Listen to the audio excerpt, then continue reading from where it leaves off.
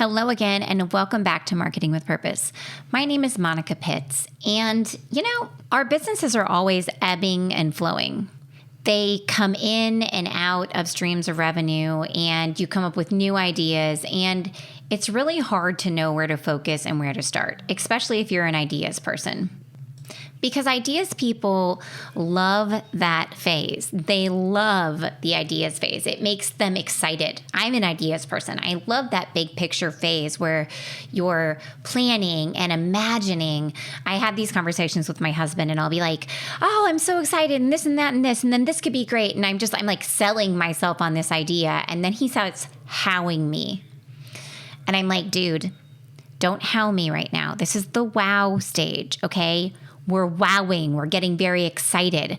But then after that wow phase ends, we need to pick an idea and we need to move forward, right? And picking an idea can feel very, very limiting. If you are one of those people, if you're a pie in the skyer, or if you have this great idea or maybe lots of great ideas, but you don't know where to start, that's what we're going to do today. A mini consulting session. We are going to talk through it. I'll take you through the way I make those decisions in my business and have since I started my company in 2005, and the same way that I help other businesses and organizations make those decisions for themselves. All you have to do is answer two simple questions that really they're pretty simple. Well, you can decide for yourself. Let's get to business. You're on a mission and you just need more people to know about it. And whether you're brand new to marketing or a seasoned pro, we are all looking for answers to make marketing decisions with purpose. I'm Monica Pitts, a techie, crafty business owner, mom, and aerial dancer who solves communication challenges through technology.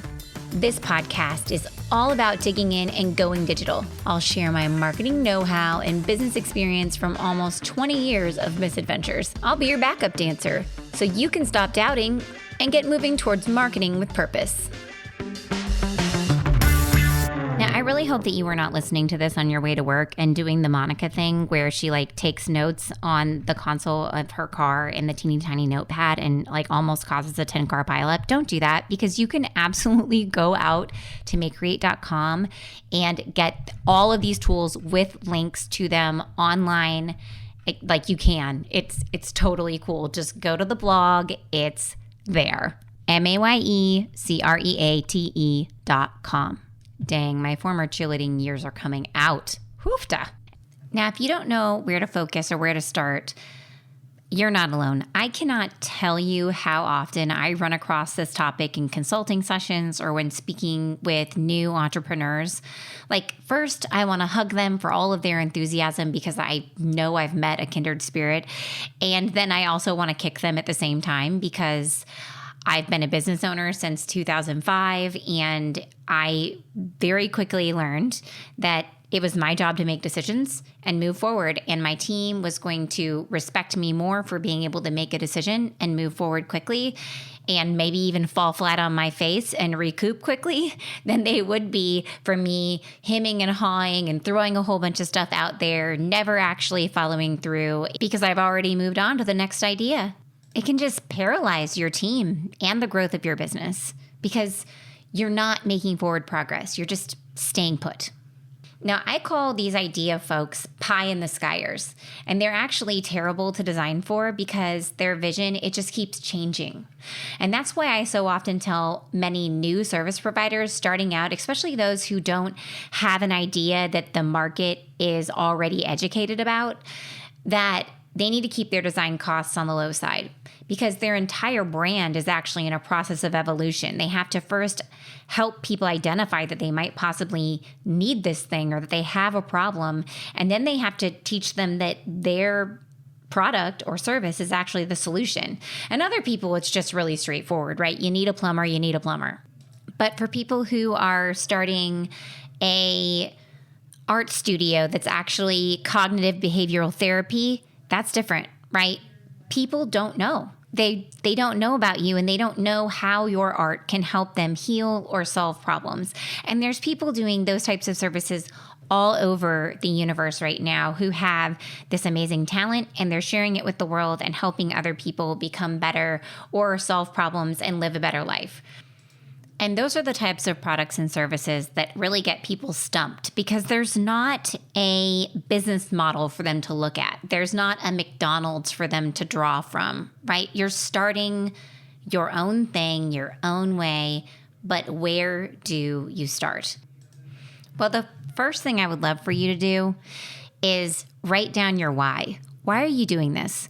Because it's really important that you have it documented because as you're going through all these iterations, you can end up down these weird bunny trails and you're doing stuff that doesn't have any relation to where you started.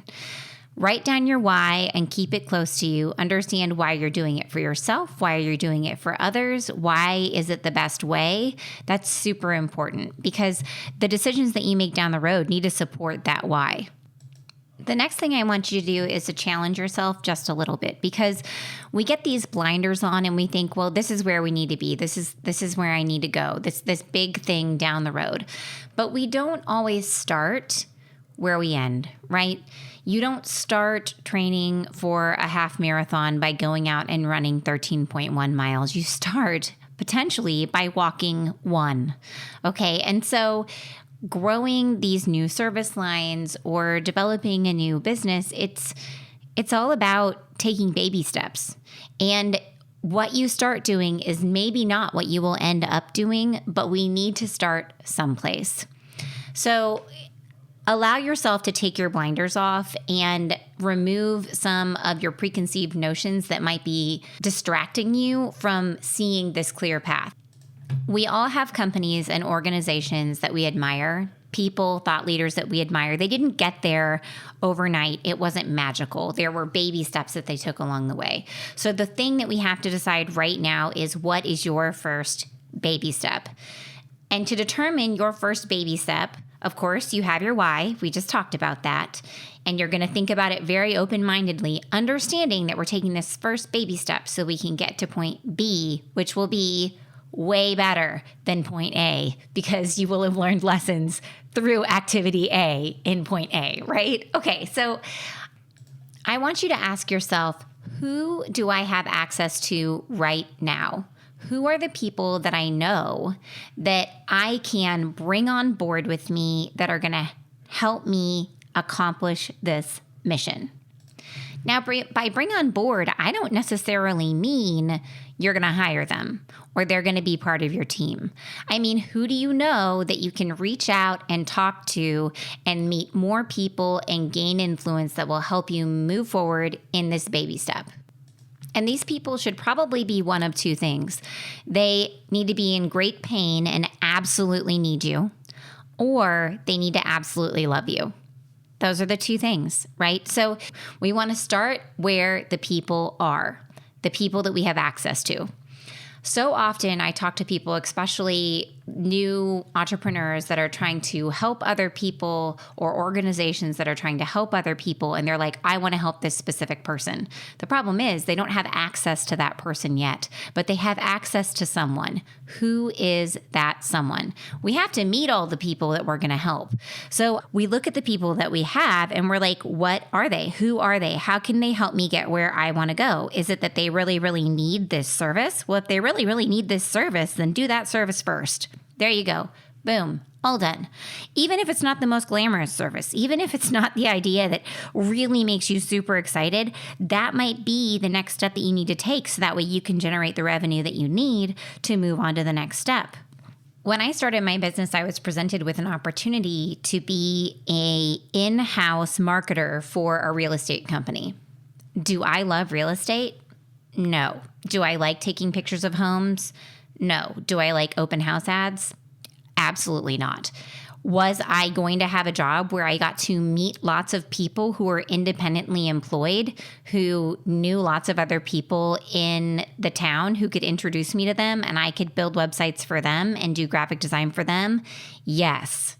So that's where I started. It wasn't glamorous, but it was great.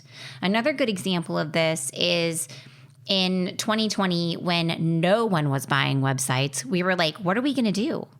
What are we going to do? And we looked around and we said, well, we have a lot of clients and we've been in business for a long time, and they have old websites and they don't have the money to buy a new website this year, but Google has released so many changes that there's a lot of updates that need to be made on their site just to keep them up and running and keep them moving longer. And so we came up with a plan that was like $500 and reached out to every single client that we had. And we said, hey, let us help you keep your website running so we can get you through this crappy lull in business, and we're going to get through it together. And they were like, yes, do it. Was it glamorous? No. I spent hours optimizing websites and and figuring out how to get them to load faster, but they needed it, right? And I needed it. I needed something to do because we didn't have it.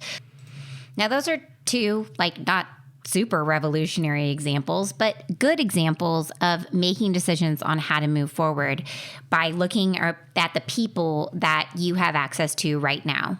In each of those instances, I looked at the people that I had access to right now, and I said, you know what? This is the right decision to move forward. And then the other thing that can help you make your decision is gravitating towards those people who absolutely love you. And when I say love you, I don't necessarily mean like they have to be your mother. I mean, these people share the same values as you, and they will gravitate towards the mission that you have. Especially with my nonprofit clients who are big picture people, they're like, I want to make this movement. I want to change all this stuff. And I know, dude, I want them to change all this stuff. It would be amazing if they changed people's beliefs and outlooks. But first they have to gather people to them that already believe the same thing so they can push the message out, because they don't have the money to just spend $1 bajillion on an advertising campaign and awareness campaign, but they can attract like people. So if you're trying to decide in that instance how you're going to get started and what your next move is going to be, focus on the people who already believe the same things that you believe, because they're going to be the easiest to attract and help you serve your mission. So you would take those people that already have the like values as you, that you already know, and you would ask them to help you meet more people like them. And you would find a way that you can serve those people through a product or service. And that would be the first step that you take, or the next step that you take. And those people will help you change other people's minds and push your movement out. So as you're making your decision of where to start, I want you to look around you and ask yourself, who do I have access to right now? And think about those people. And remember, they're either going to really, really need you and be in a lot of pain, and you're going to be able to help them, or they're going to already love you and have the same values as you, and they're going to want to help you get where you want to go. In sales, we call these folks the low-hanging fruit, because they're the people that you can reach easiest and fastest and make a big impact quickly. Because you don't have to change their mind about anything. You don't have to really teach them anything new. They already are ready to go. They're ready to go because they need what you have to sell, or they believe the exact same thing that you believe. Now, I told you that there are 2 questions that you're going to ask yourself. So let's move on to the second one, even though the first one is kind of like 2 questions in itself. So the second question is, you're going to ask yourself, what do I have access to right now to promote this idea, this product, this service, or to attract these people that I need to attract? Because you might not have a huge audience. You might not have a gigantic group of people to ask for business or to ask for help. So in that instance, you're going to have to use the things that you have access to right now to meet those people and bring them in. Now, I still think the first question is the most important of the 2, because you really want to make sure that when you're making a business decision that you are going after the people who are most likely to close. And those would be the people who really, really need you, or the people who really, really love you, right? Those are the people that are most likely to make a change or make a buying decision. But how are you going to communicate with them? That's the next step, right?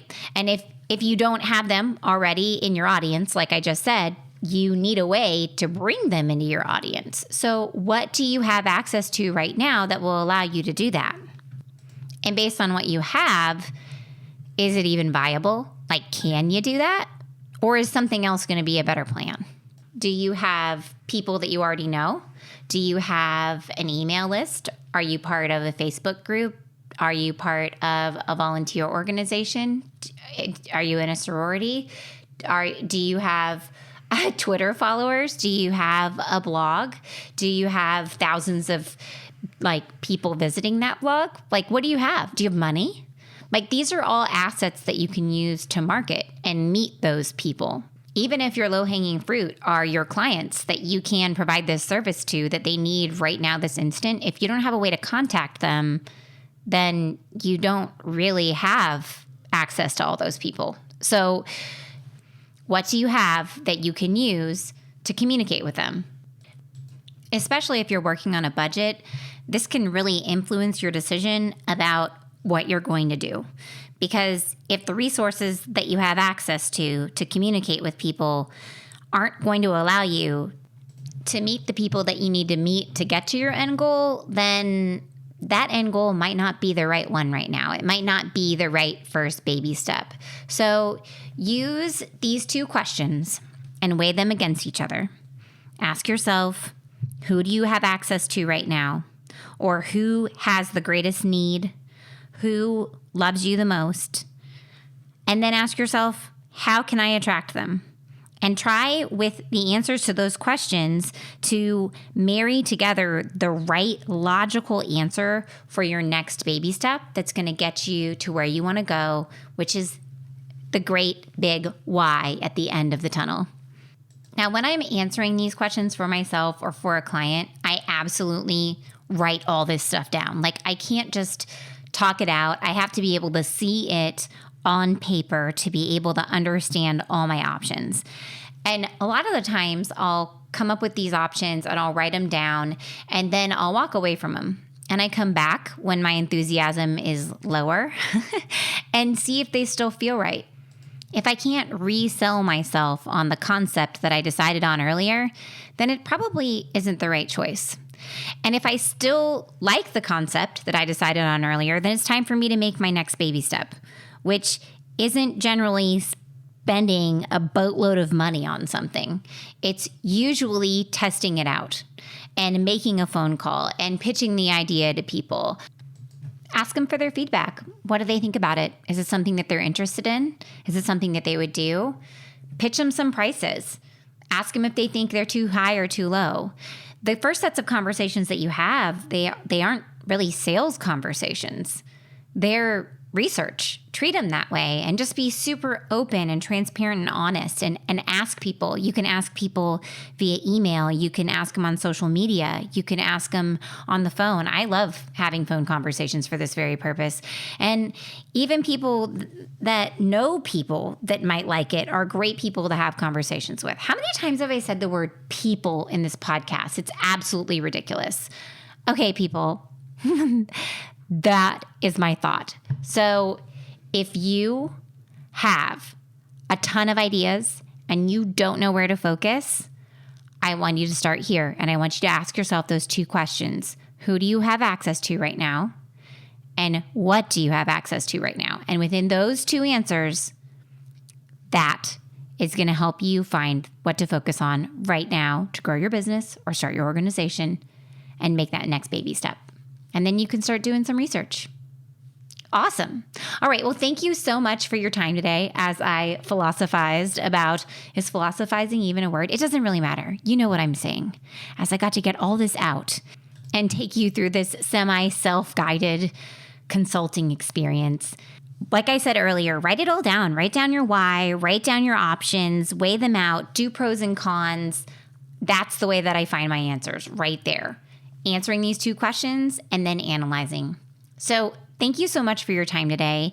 If you've enjoyed this podcast or if you've learned a thing or two, then give us a review because I want to help other people just like yourself solve problems in their businesses and learn how to market with purpose. And I can't help people that I don't know. So your review helps me meet more people just like you. So tell me what you think. I'm excited to hear it. And until next time, go forth and market with purpose.